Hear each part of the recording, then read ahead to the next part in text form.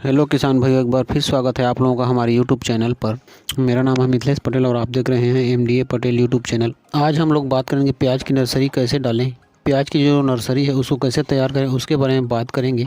जो किसान पहली बार हमारे चैनल पर आए हैं वो हमारे चैनल को सब्सक्राइब कर लें कि इस चैनल पर मैं ऐसे ही वीडियो लाता रहता हूँ और जब भी मैं कोई नया वीडियो डालूँ तो आप तक सबसे पहले पहुँच सके, इसलिए चैनल को सब्सक्राइब करके रखिएगा।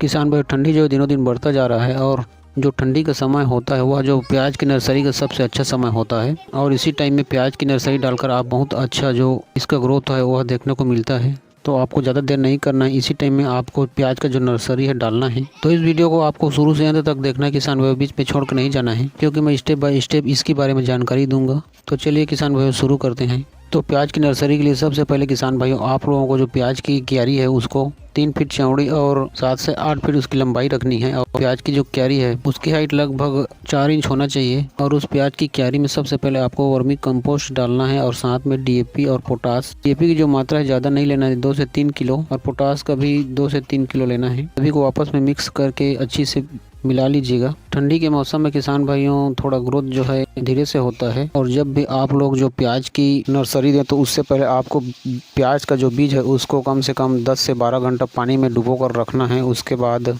उसको पानी से निकाल कर कार्बेंडाजिम या मैंकोजेब का जो रासायनिक दवाई आता है उससे आपको बीज उपचार करना है। 1 किलो बीज में 2 से 3 ग्राम रासायनिक जो दवाई हो उसको डालना है। उसके बाद उसको छाया में कम से कम आधा घंटा सुखाना है। जब छाया में सूख जाए उसके बाद आपको क्यारी में बीज को बिखेर देना है। बिखेरने के बाद हल्का हल्का उसको मिट्टी से ढक दीजिए। प्याज की क्यारी जो है किसान भाइयों ज़्यादा सख्त ज़मीन नहीं होना चाहिए। बलुई जो मिट्टी होता है उसमें ज़बरदस्त इसका जो ग्रोथ है देखने को मिलता है। आप जहाँ तक हो सके बलुई मिट्टी आता है उसमें, अगर बलुई मिट्टी भी उपलब्ध नहीं हो पा रहा है तो रेत का जो उपयोग है आपको करना है। जो क्यारी के ऊपरी सतह उसमें आपको रेत को भी पहले बिखेरना है। उसके बाद जो बीज होता है उसको उसमें हल्का फुल्का ढकना है और उसको पैरा के पुआल में ऊपर से ढक देना है। अगर पहला का पुआल उपलब्ध नहीं हो पा रहा है तो पॉलीथीन से उसको ढकना है। प्याज के बीज को छिड़काव करने के बाद आपको उसको पानी चलाना है किसान भाई, अच्छे से पूरा क्यारी जो है भीग जाए वैसी। उसके बाद ही पॉलीथीन या पुआल को ढकना है। इसका जो जर्मिनेशन है कम से कम हफ्ता से 10 दिन लगेगा किसान भाइयों।